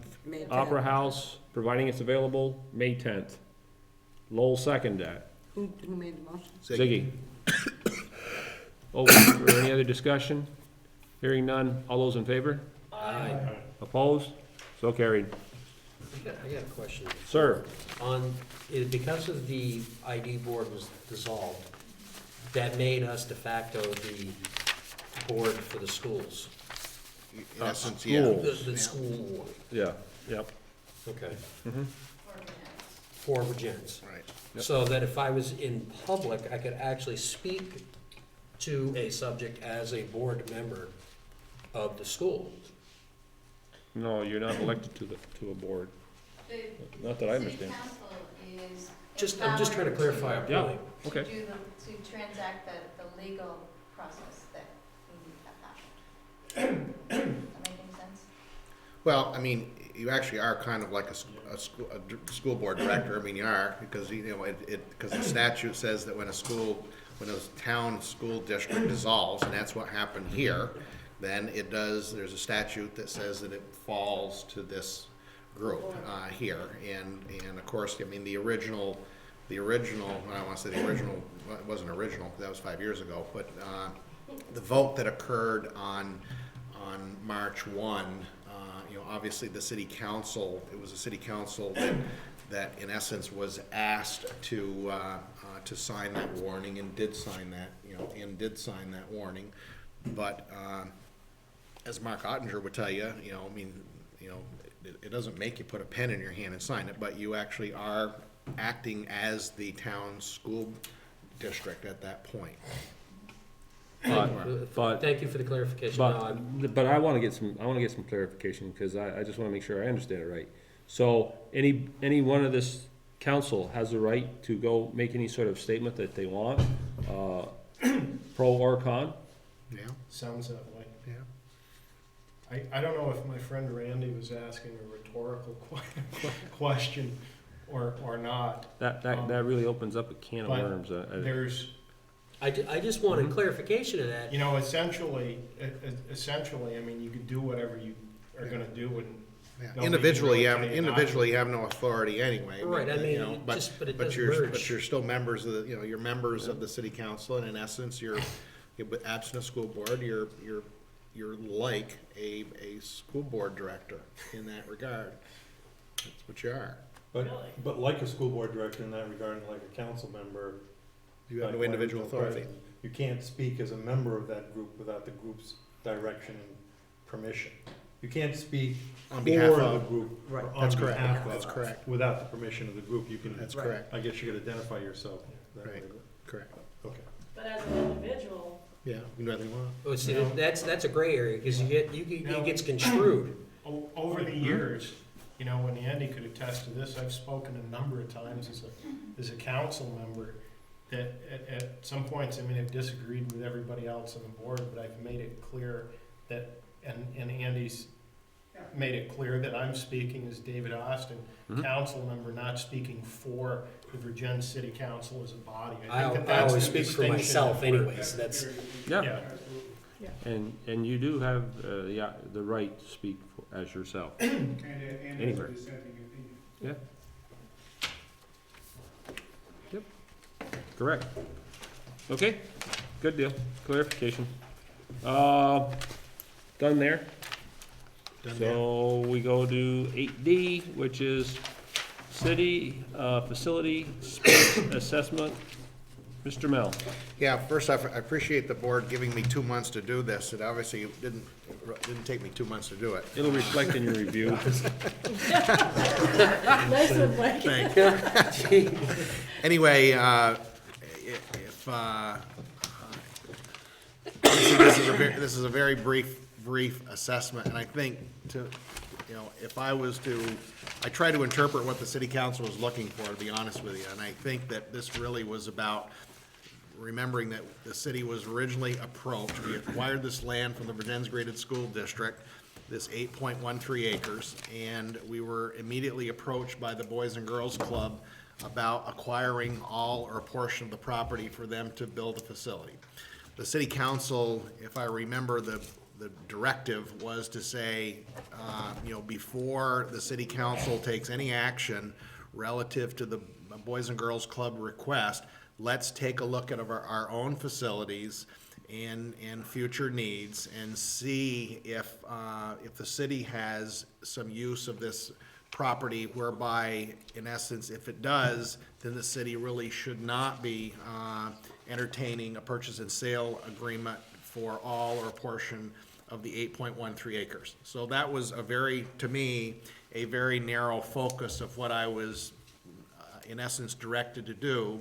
And obviously did not write a book. I wrote basically a paragraph on our facilities, and I can tell you the one area that I didn't include in this is that could this property be a public park? Well, of course it could. I mean, any piece of property could be left as a wilderness area, or it could be developed for tennis courts or something else. So I didn't include any kind of speculative uses, if you will. I just simply took a look at our existing facilities, i.e., City Hall, administration, police department, fire department, public works, the recycling center. I thought I would bring that in, and also made mention that let's not waste our time talking about the wastewater treatment plant. This site is never going to have anything to do with that. And it probably wouldn't be the site of a stump dump either, just because of location. So in essence, what I've done is doing that limited review. I really feel that we should certainly not be conveying all of this property to the Boys and Girls Club. I think that the site does lend itself to being a location for our police department. At some point, I think that we're gonna need to address the situation that we have in police. It's substandard, I think, in all of our opinions, all right? And we need to do something. Do we need to do something today? Well, probably we don't need to do something today, but we certainly need to be planning for the future. So I really think that this, is this the best location for the police department? Maybe it is, maybe it isn't, but to me, it's a good location. It's a good location for a police station, and therefore, I would not be recommending that we convey all of this to the Boys and Girls Club. Now, Relative to whether or not we can still entertain some discussion with the Boys and Girls Club, I really feel that we can, in my recommendation is that if we want to talk to the Boys and Girls Club, I think that we really can only talk about the small development site to the right. When you come into or if you're remembering the topographical survey that I showed you, and Peter, I'm sorry, I probably should have given that to you. Okay, so when you go in there, you've got a large, 2 to 2.5 acre developable site to your left, and you have a 1 acre developable site to the right. I haven't spent much time at all determining what a police station site would need, but I did get the plans to the state police facility, which is obviously 3 times the size of anything that Vergennes would need, but trying to get some handle on the size of a building, how much parking would be needed, and I can just tell you, I think that developable site of about 3 acres is probably sufficient for a police station, all right? And probably doesn't necessarily need that other acre. But until I actually put the box on the property, put the parking spaces on there, and I want to do that, actually. I want to do a real preliminary site plan of the police station being on that 3 acres, just to assure ourselves that, yes, the police would not need that other acre. And I'm not ready to tell you that at this point. But I think the message that I would like to be able to get to the Boys and Girls Club is that the only amount of property of this 8.13 acres that could possibly be considered for them is this, in essence, this 1 acre area to the right. And I think the Boys and Girls Club would need to respond in saying either, yeah, that would be enough, or no, that wouldn't be sufficient. And then that's, however they respond to that. I think that's really where we're at this point. And I don't really, but again, I wanna do this kind of hypothetical site plan, if you will, to make sure that I'm right, that the police doesn't need that other acre as well. I wanna, I feel pretty confident, but until I put pen to paper, I can't do that yet. Yeah. How big is that right of way going into the, It's either 50 or 60 feet wide, 50 feet wide. So that would. It's give us sufficient that for a 2-lane. 2-lane road, sidewalk on one side. I think you're gonna find it to keep it on 1 story, police station. In the compound and the other areas that he's Yeah. talking about, Eats it up. it's gonna chew up 2 acres yeah, pretty quick, Yeah. so. We've had discussions over the years relative to the police station. At one point, a group of us took a tour of the city of Vergennes and tried to identify other locations. And, one of the things that became very clear to us, and at that point, there was even some discussion about retrofitting an existing building. In discussions that I've had with the chief and others in the department, it's, you can build a new facility cheaper. I mean, you really, from a practical perspective, you really can't retrofit an existing structure. And I would strongly agree with Mel. I don't think that for a minute we want to discount the importance of, at some point, we're going to be in a position where we really have to start to look at that as the needs of the city evolve and the needs for services evolve. That's one reason, but it also gets to be a situation where the facility or the lack of a suitable facility at some point will become a hindrance to attracting and retaining officers as well. I have a question. Just thinking ahead again, if the police station was there, I know down the road they have places where they do exercises with the dogs, or they do training. Oh, we've got a spot for that already, Oh, you do? Northland Job Corps. Okay. But anyways, not the shooting, okay? Is I didn't know down the road, if we're thinking ahead again, there might be programs that they would wanna do with that extra land, Yeah. to coincide what's there now for training and things like that, so. It's just something that if we have a nice facility like that, we may have other people wanting to come in and do programs out there, you know, especially you still got you got about 4 acres out there that is for protection, you know, so it's not gonna affect anybody, any of the neighbors or anything. If they wanna take their dogs or run through the tracks and, you know, do all kinds of programs like that, that would be an ideal spot for them to also do that. Cause I know there's places that they try to set up courses and stuff, and that seemed like that would be a good spot if we're gonna put that much money into something. Right, right. But it's just a thought. Okay. So what I want to do, Mike, I don't need 2 months for this, is what I'd like to do is put together, you know, kind of a preliminary plan. I mean, and like I say, you know, we're not designing the size of the closet here. You know, it's really about, you know, roughly, we do know roughly how much square feet a police station would need, and we know roughly how much parking is needed. We know roughly how much outside storage. You know, we have that kind of information, and I think it's really just a matter of doing a real preliminary layout to see how much of that 2 acres is consumed. And I think I can get that done here for the next meeting, so that because we really do owe, the Boys and Girls Club has obviously been extremely patient, all right? But, you know, we've had this, you know, we didn't have enough information. You know, we needed to do a topographical and wetlands assessment. You know, we've been working along on this, but we do owe them some response, and I'm hoping that we can try to give that to them at our next meeting. I think you're gonna want a fenced facility. Yeah. For security reasons, after, you know, a gate that is, So this open means I have certain hours of the day while Yeah. people are there. Yeah. So there are some things you're gonna need. I think that the New Haven Police Barracks prints will I have give, I had them. Yeah, I used them, borrowed them. will give you some extremely good ideas, and yeah, you can,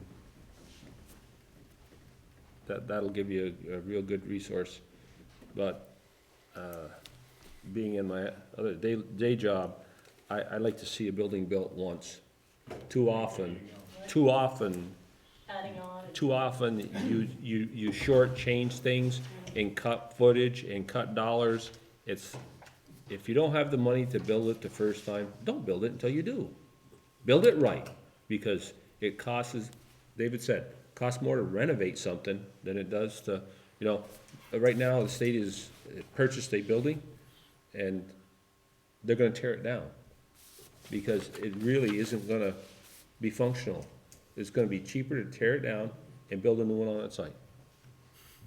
So, right, wrong, or indifferent, okay, they do what they At want, least but. we have an advantage, we don't have to tear anything down. No, so, get some prime property and it's gonna be laid out right, so, no, good.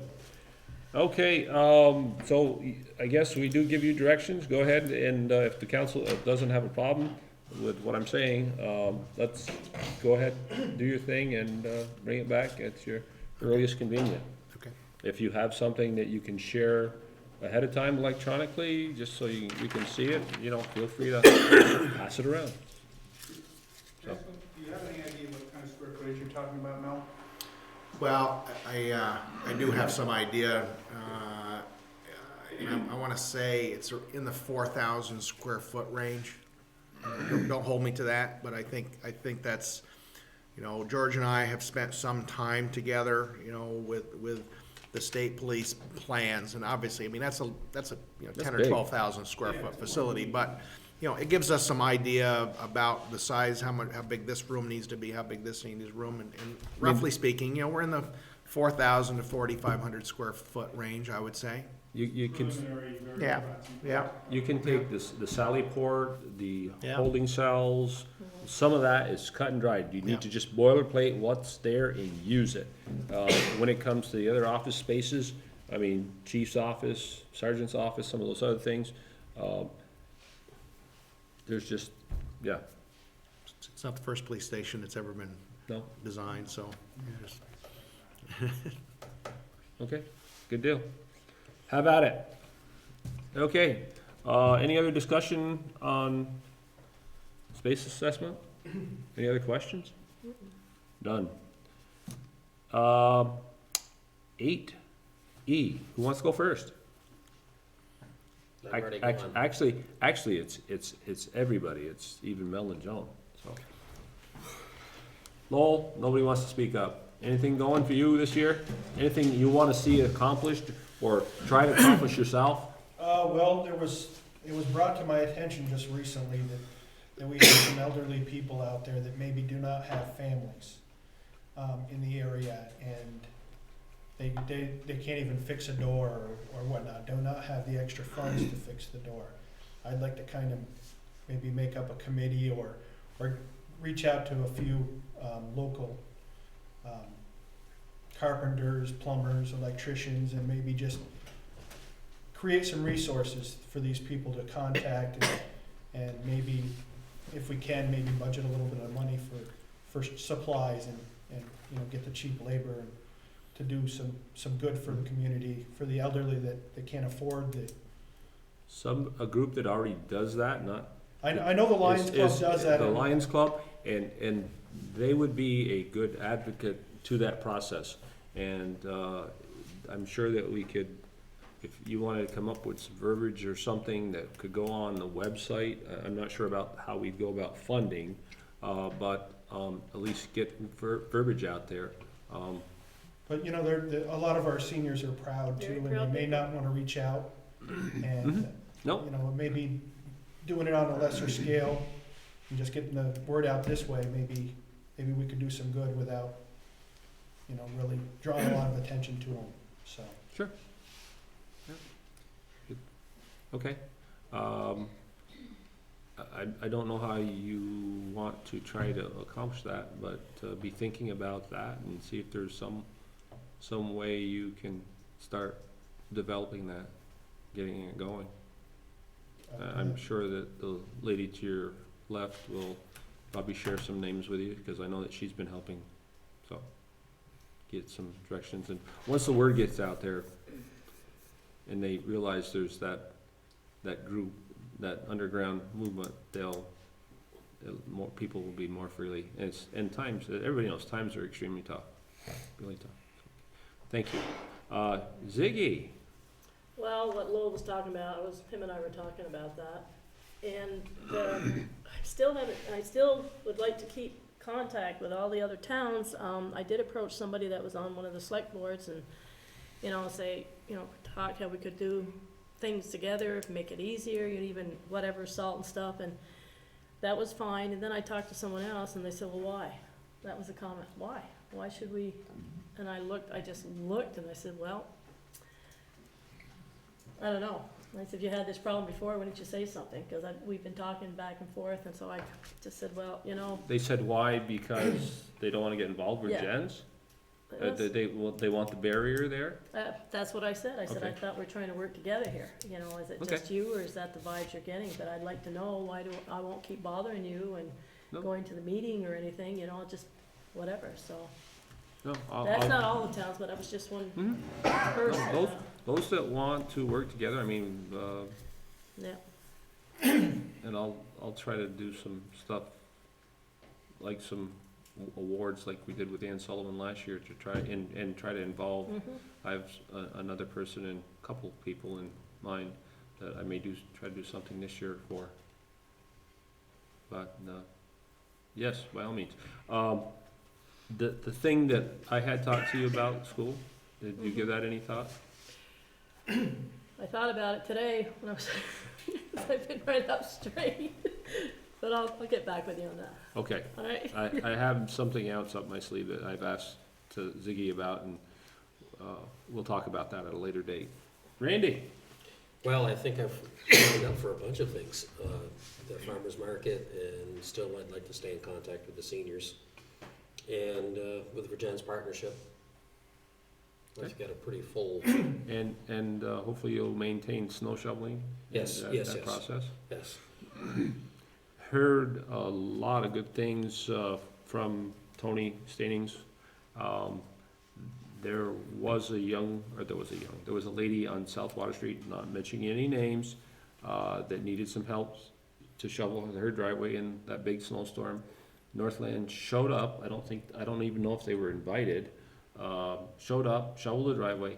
That person has a certain talent, and I don't know what it's called. Origami.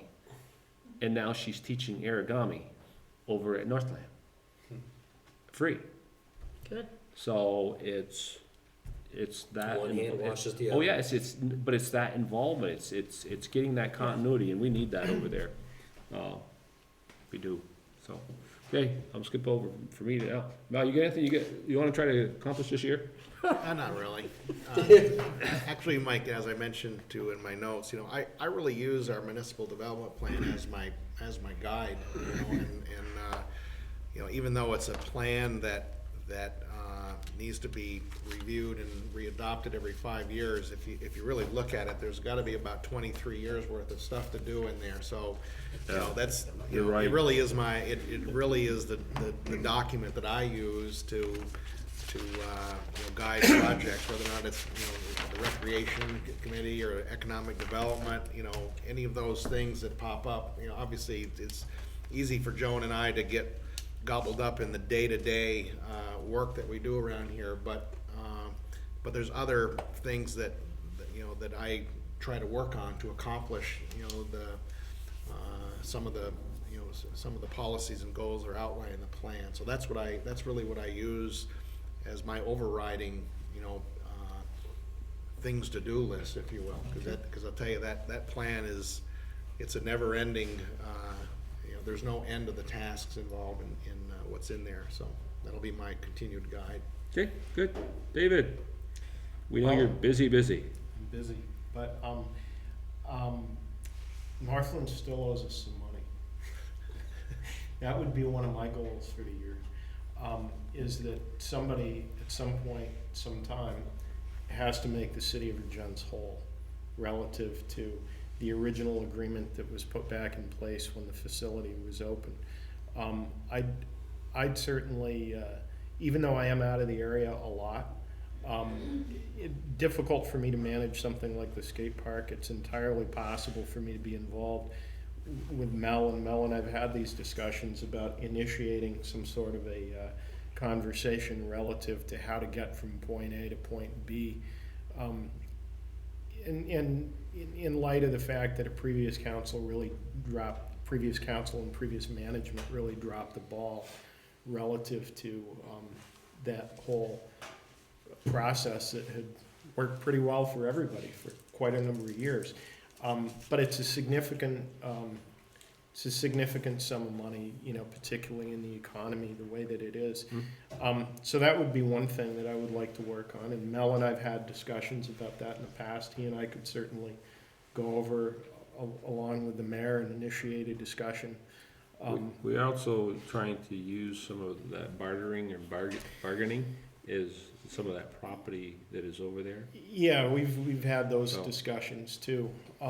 But at some point, you know, that if the facility remains, I mean, it's an ongoing situation, not a one-time. Well, the lease expires June 30th, 2013. You know, that really is not that far away. Yep.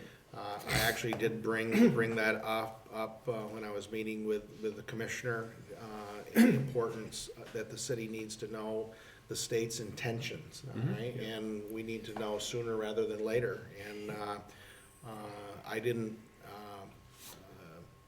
you know, there was not a lot of conversation resulting from that, but I wanted to make it clear to them that, you know, we were a party to that original 1978 agreement, and the lease that got renewed, you know, we weren't even told that it was being renewed, and that really cannot happen again. And the commissioner is just totally unaware of that previous process. Right, And so right.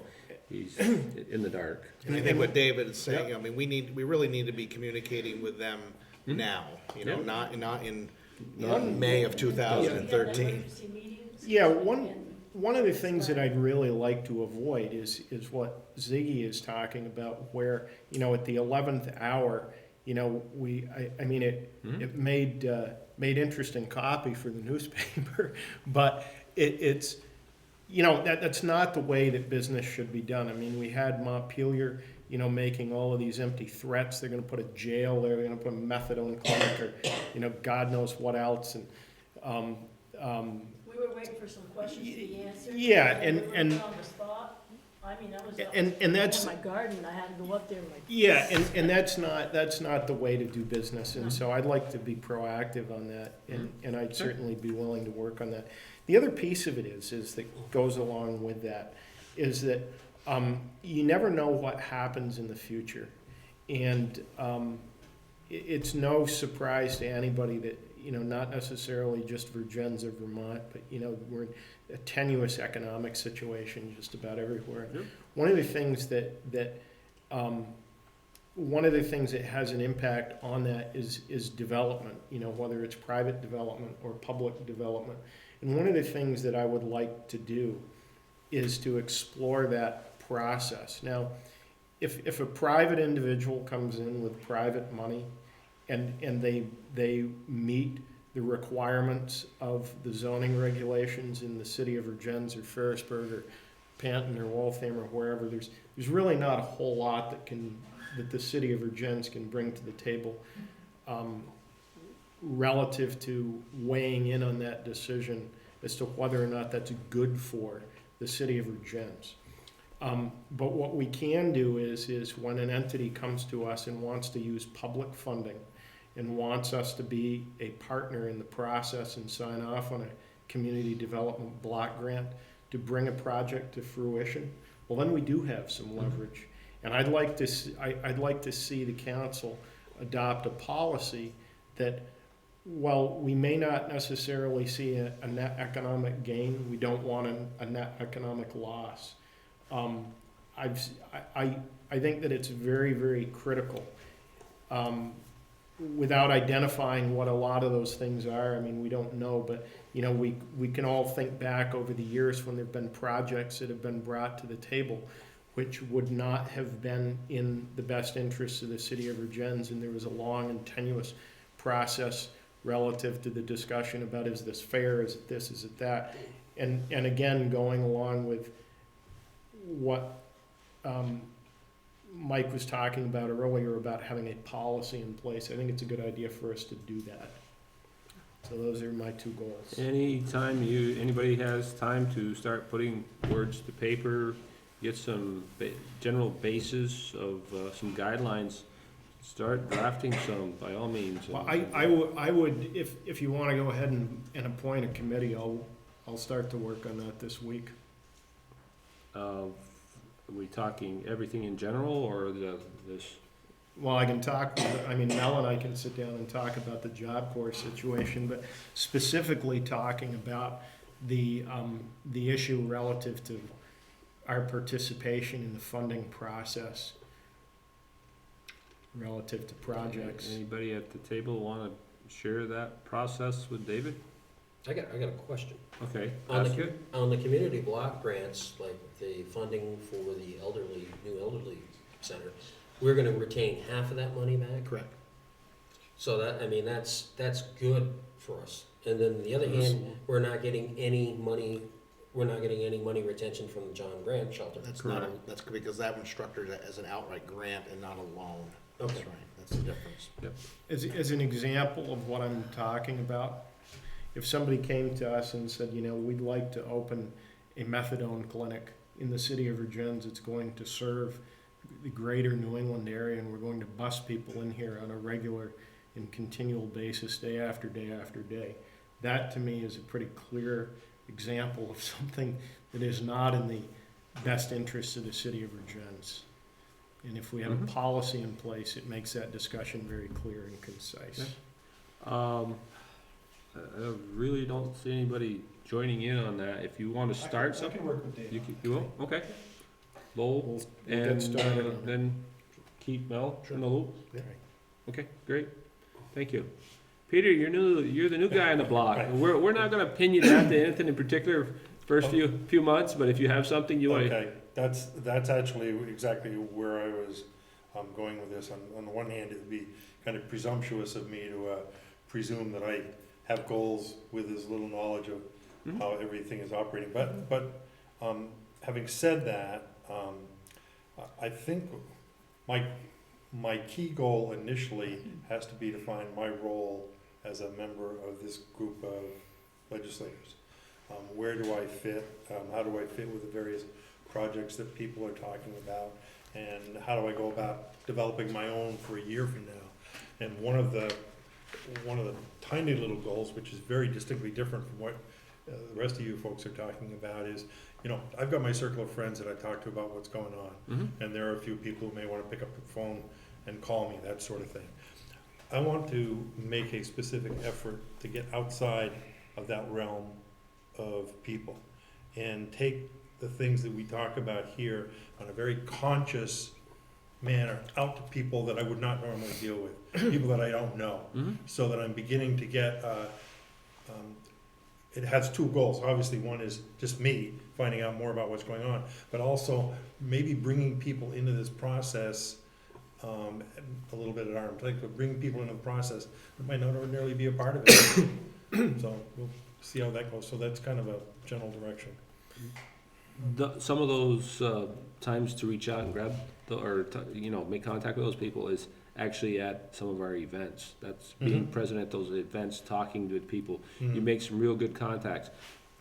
You not only have the opportunity to talk to locals, but you also talk to people from all over the United States. I mean, I've talked to people from California, I've talked to people from New Zealand that come in on the docks. I mean, so it's good to find out what's happening in other parts and also deliver the message as to what's going out within the city.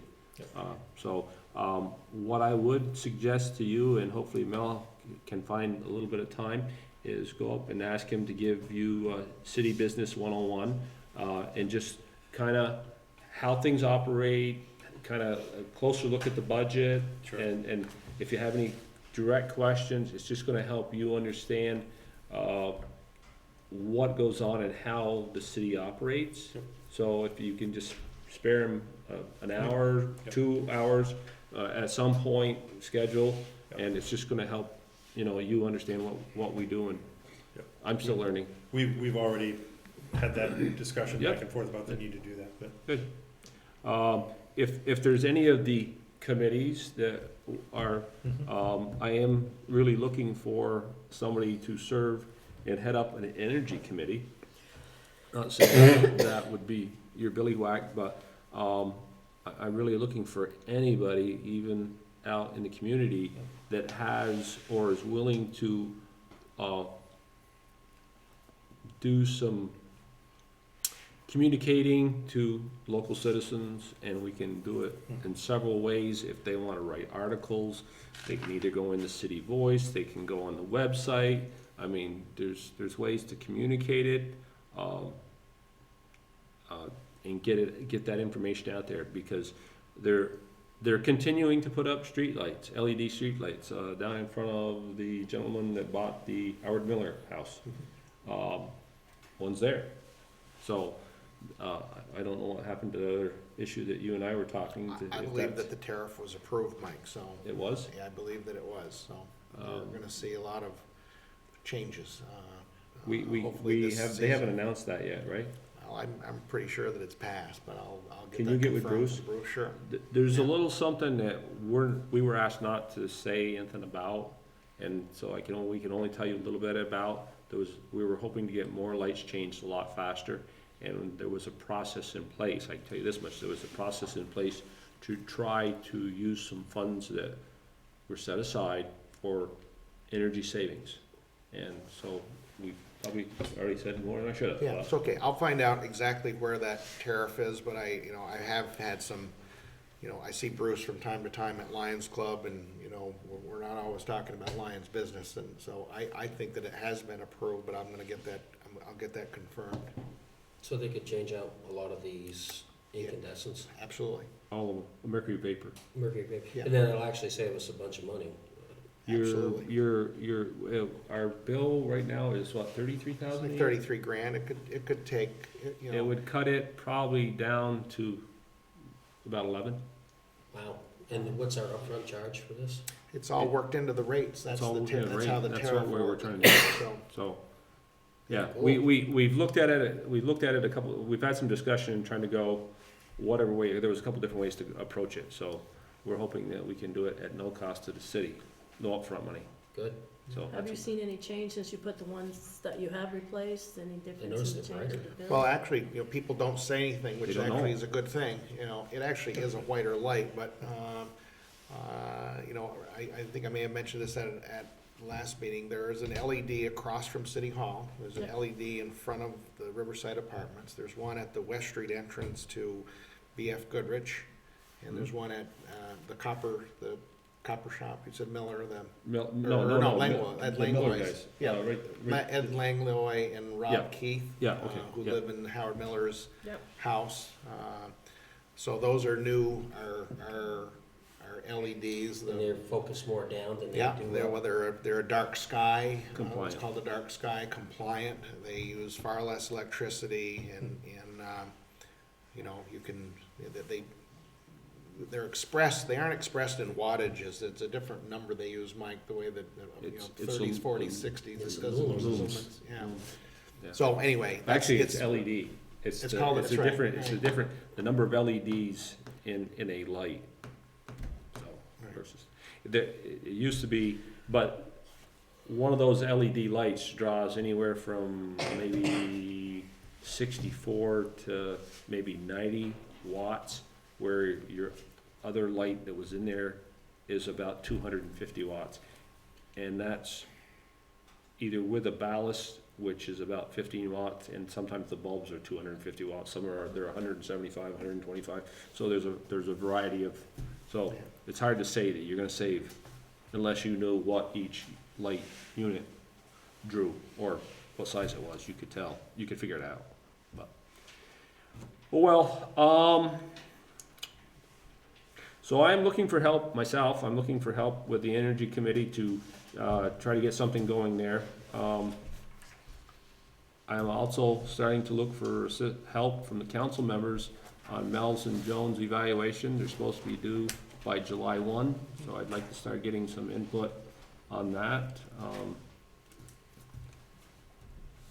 I don't enjoy writing about other individuals, but so any input that people can do, help, that would be deeply appreciated. Your comments, please, if that would help. So, with the fact that we're not going to have a basin bash this year, I am trying to put together another event to happen in August. Talked a little bit about it, but I'm not going to get into it in detail. I've yet to schedule some meetings and trying to get things rolling. So once I have more details, I'll share it with the council. Anything else anybody needs to bring up? Haunted Forest, I'd still like to be. We're going to have our usual. We'll start having those meetings probably in May. We'll do our. We're going to do our haunted forest. We had a super turnout last year. Froze to death, but. So. Randy, the snow isn't even off the ground and we're talking about fall. You're killing me here. Yeah, get it. Killing me. Yeah. Even want to think about I haven't even made it through fishing season or into the fishing. Trout season started on Saturday, so if no other discussion, I will make the motion to adjourn. I'll Yeah. second it. and Ziggy seconded it, Lowell made the motion, all those in favor? Aye. Aye. Opposed?